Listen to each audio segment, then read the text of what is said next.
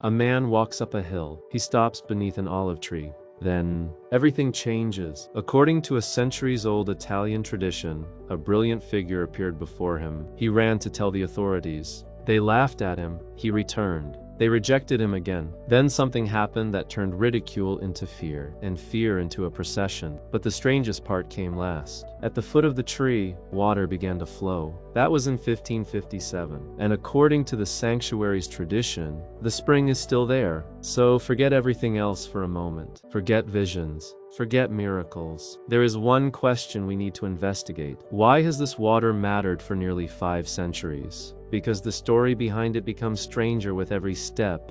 His name was Bertolino. Tradition describes him as a humble farmer or wood gatherer from the area around Giulianova on Italy's Adriatic coast. On April 22, 1557, he climbed a hill outside the town. Tired from gathering wood, he rested beneath an olive tree. Then he saw light, an intense brilliance among the branches, and within it, a woman. Bertolino believed he was seeing the Virgin Mary. According to the story, she gave him a message. Go into Giulianova. Tell the people she had chosen this place. Tell the clergy to come, and tell them a sanctuary must be built here. Bertolino obeyed. There was only one problem. Nobody believed him. Imagine entering the governor's residence with that story. A poor man, no witnesses, no evidence, claiming the Virgin Mary had spoken to him from an olive tree. The reaction was predictable. They mocked him. They called him delusional. They sent him away. So Bertolino returned to the hill. According to the tradition, the apparition happened again. He went back to the authorities. Again, they rejected him. Then a third time. But this time the confrontation became violent. One man reportedly began beating Bertolino, and according to the traditional account, that man suddenly became unable to speak or move normally. The laughter stopped, and now, people finally followed Bertolino up the hill. A procession climbed toward the olive tree. Clergy, authorities, local people, and according to the sanctuary's traditional narrative, they too witnessed the radiant figure. But then came something physical, something that could remain after the vision disappeared. At the base of the olive, a spring of clear water began to flow. This became the lasting sign of the story. Not light, not a voice, water. Tradition says people immediately began coming to the source, touching it, washing with it, and seeking protection, consolation, and healing. And one reported healing became especially important. The man said to have attacked Bertolino was brought there, and tradition claims he recovered. The spring had become the center of the mystery. Now we have to slow down, because there is a difference between tradition and what history can independently prove. The earliest written chronicle cited by the sanctuary itself was composed roughly a century after the reported events, between 1657 and 1674. That matters. It means we are not reading a modern scientific report written on the day of the apparition. We are reading a religious tradition preserved and written down later. So did the spring literally appear in an instant? Was there already underground water? Did the story develop as generations retold it? Those are legitimate questions. And there is no laboratory experiment we can perform today that takes us back to April 1557. But one thing is undeniable. The spring became real enough in the life of this community that people never stopped coming to it.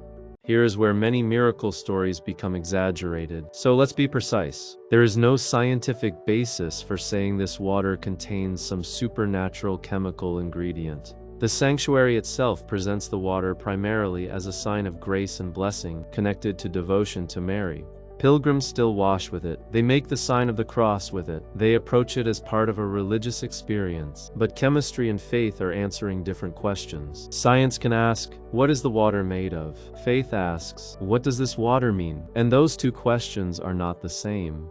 Think about the timeline. Generation after generation disappears. Governments change. Wars come and go. Medicine transforms. The modern world arrives. And still, people climb toward the same place. Today, visitors can enter the small structure dedicated to the spring and touch the water themselves. They don't see Bertolino.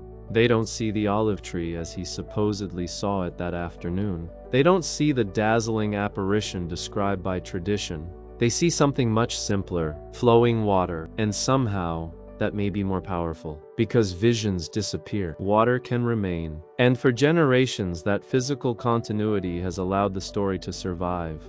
So what happened on that hill? Did Bertolino truly see the Virgin Mary? Did a spring appear where there had been none? Did later generations shape the story into the form we know today? History cannot give us absolute certainty. And that is exactly why Madonna dello Splendore remains fascinating. Because beneath all the extraordinary claims lies something incredibly ordinary. Water, cold, clear, flowing, a natural substance attached to a story that has survived for almost 500 years. Maybe the greatest mystery isn't why the water flows. Geology may explain that. The harder question is, why has one spring continued to carry so much meaning for so many people for so long? Perhaps faith begins where measurement stops. Perhaps tradition preserves what evidence cannot. Or perhaps there are moments in history we will simply never reconstruct completely. But the spring is still there, and people are still coming.